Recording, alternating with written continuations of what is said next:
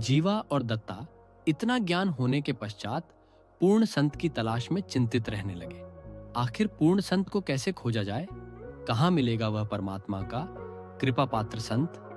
वह सोचने लगा कि जिस भी गुरु के पास जाओ वही अच्छी बातें बताता है, किंतु इतने गुरुओं के मध्य सच्चा संत कौन है?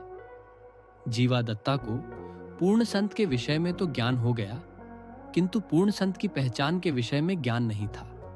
जीवा और दत्ता ने अपनी बुद्धि से ही एक निर्णय लिया। दोनों मित्रों ने एक सूखे वृक्ष की टहनी ली और अपने आंगन में लगा दी। इसके साथ ही यह निर्णय लिया कि जिस संत के चरण धोने के पश्चात उस चरणामृत से यह टहनी हरी हो जाएगी, वही तत्वदर्शी संत होगा।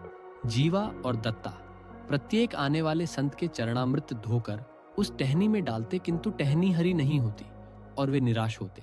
वे संत जो उनके घर नहीं आ सकते थे, उनके पास जाकर उनका चरणामृत घर लाकर जीवा और दत्ता ने सूखी टहनी पर डालते, किंतु टहनी हरी नहीं हुई। 1 वर्ष के अथक प्रयत्न के बाद भी कोई पूर्ण संत न मिलने पर जीवा दत्ता अत्यंत निराश हुए। वे न केवल चिंतित रहने लगे बल्कि अत्यंत दुखी रहने लगे। उन्हें बिना गुरु के अपने शरीर के छूट जाने का डर। जीवा और दत्ता दोनों बंधु दुखी रहने लगे और भगवान से प्रार्थना करने लगे कि यदि इस सृष्टि में कोई पूर्ण संत नहीं है तो इस शरीर का अंत कर दो और तब जन्म दो जब पूर्ण संत पृथ्वी पर आए। प्रार्थना और विलाप करने में उनके दिन बीतने लगे। अपनी प्यारी आत्माओं की हृदय की पुकार सुनकर कबीर साहिब अपने बच्चों के पास शुक्ल तीर्थ पहुंचे। जीवा और दत्ता के घर के बाहर वे टहल रहे थे, मानो किसी का घर खोज रहे हों। उस दिन दत्ता बाहर खड़े थे। उन्होंने ज्यों ही कबीर साहब को देखा तो देखते ही पुलकित हो गए। दत्ता ने कहा कि ऐसी मोहिनी सूरत देखकर ही आनंद आ रहा है, क्यों ना इनसे घर आने की प्रार्थना की जाए। दत्ता ने तुरंत अंदर जाकर जीवा को बताया कि बाहर ऐसे संत खड़े हैं जिन्हें देखकर रोम रोम पुलकित हो रहा है। परमेश्वर कबीर के आते ही दोनों भाइयों ने उनका सत्कार किया, उन्हें प्रेम से आदरपूर्वक आसन ग्रहण करवाया। कबीर साहेब जी को ससम्मान बिठाकर उनके चरण धोए। चरण धोने के बाद उस चरणामृत को लेकर दत्ता उसी सूखी टहनी के पास पहुंचे और उस पर चरणामृत डाला।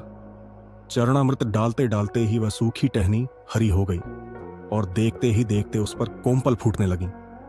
इतना देखते ही दत्ता ने जीवा को आवाज लगाई और हर्षपूर्वक हरी हुई टहनी को दिखाया।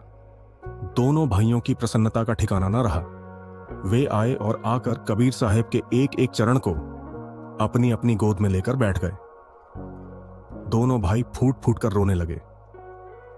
उन्होंने कबीर साहब से पूछा कि आप पहले क्यों नहीं आए। इस पर कबीर साहब ने बताया कि आपके मन के भीतर का भ्रम समाप्त करने के लिए ही मैं नहीं आया। कहीं आपके मन में बड़े बड़े मंडलेश्वरों को देखकर शंका होती कि वे पूर्ण संत हैं। कबीर साहब ने उन्हें अपना परिचय बताया और उन्हें नाम दीक्षा प्रदान की। कबीर साहब ने उन्हें उपदेश दिया कि यदि संत पृथ्वी पर न हो तो यह संसार खत्म हो जाएगा। सदैव ही परमात्मा तत्वदर्शी संत के रूप में पृथ्वी पर विराजमान रहते हैं। कबीर साहब उनके पास समय समय पर जाते रहे, भक्ति दृढ़ाते रहे, उन्हें ज्ञान से परिपक्व किया। कबीर